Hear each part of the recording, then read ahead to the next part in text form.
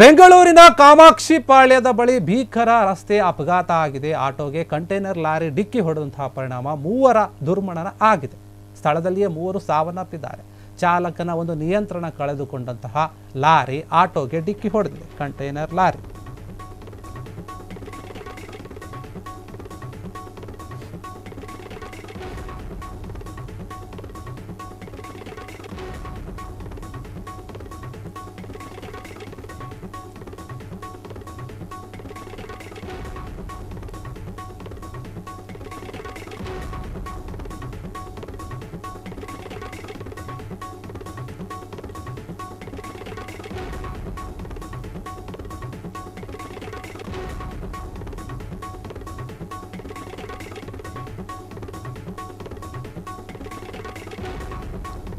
ಬೆಂಗಳೂರಿನ ಕಾಮಾಕ್ಷಿ ಪಾಳ್ಯದಲ್ಲಿ ಭೀಕರ ರಸ್ತೆ ಅಪಘಾತ ಆಗಿದೆ.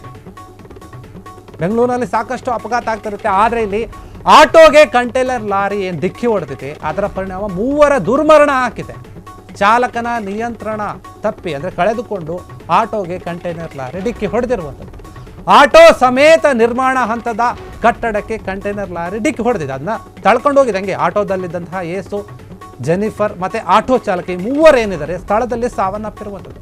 ಕಂಟೈನರ್ ಲಾರಿಯ ಚಾಲಕ ಪ್ರಾಣಾಪಾಯದಿಂದ ಪಾರಾಗಿದ್ದಾನೆ. ಇದರ ಕಂಟೈನರ್ ಲಾರಿಯ ಒಂದು ಸ್ಟೇರಿಂಗ್ ಕಟ್ ಆಗಿದ್ದೆ ಈ ಒಂದು ದುರಂತಕ್ಕೆ ಕಾರಣ ಎನ್ನಲಾಗ್ತಾ ಇದೆ.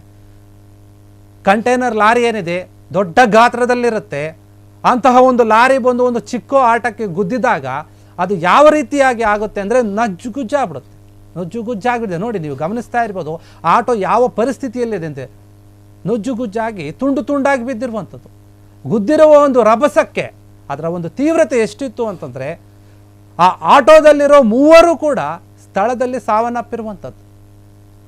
ಈ ಲಾರಿ ದೊಡ್ಡ ಪ್ರಮಾಣದಲ್ಲಿದ್ದ ಕಾರಣ ಆಟೋ ಚಾಲಕರೇನಿದ್ದಾರೆ ಅದರಲ್ಲಿದ್ದವರು ಅವರು ಸಾವನ್ನಪ್ಪಿದರೆ, ಲಾರಿಯ ಒಂದು ಚಾಲಕ ಪ್ರಾಣಾಪಾಯದಿಂದ ಪಾರಾಗಿರುವಂಥದ್ದು.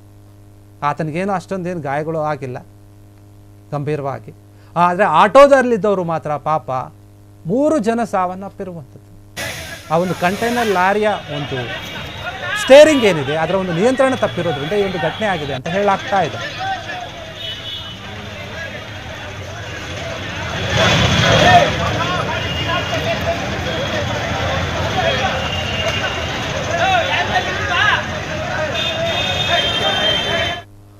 ಬೆಂಗಳೂರಿನ ಈ ಕಾಮಾಕ್ಷಿ ಪಾಳ್ಯದ ಘಟನೆ ಏನಿದೆ, ಸಾಕಷ್ಟು ಜನರು ಅಲ್ಲಿ ನಿಂತ್ಕೊಂಡು ನೋಡ್ತಾ ಇದ್ದಾರೆ ಭಯದಿಂದ, ಏನು ಈ ಥರ ಆಗಿದೆ ಅಂತ.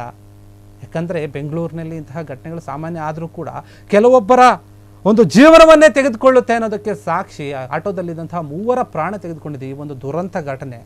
ಅದಕ್ಕೆ ಯಾರು ಹೊಣೆ? ಸ್ಥಳಕ್ಕೆ ಅಲ್ಲಿನ ಒಂದು ಕಾಮಾಕ್ಷಿ ಪಾಳ್ಯದ ಪೊಲೀಸರು ಬಂದು ಭೇಟಿಯನ್ನು ನೀಡಿ ಘಟನೆ ಬಗ್ಗೆ ಮಾಹಿತಿಯನ್ನು ತಗೊಂಡು ಪರಿಶೀಲನೆ ತಗೊಂಡು ಪ್ರಕರಣವನ್ನು ದಾಖಲು ಮಾಡಿಕೊಂಡಿದ್ದಾರೆ. ಈ ಒಂದು ವಿಚಾರದಲ್ಲಿ ಕ್ಷಣ ಕ್ಷಣದ ಸುದ್ದಿಗಳಿಗಾಗಿ ಫ್ರೀಡಂ ಟಿವಿ ಸಬ್ಸ್ಕ್ರೈಬ್ ಮಾಡಿ, ಲೈಕ್ ಮಾಡಿ ಹಾಗೂ ಫಾಲೋ ಮಾಡಿ. ಹೊಸ ಸುದ್ದಿಗಳ ನೋಟಿಫಿಕೇಶನ್ಗಾಗಿ ಬೆಲ್ ಐಕಾನ್ ಮೇಲೆ ಕ್ಲಿಕ್ ಮಾಡಿ.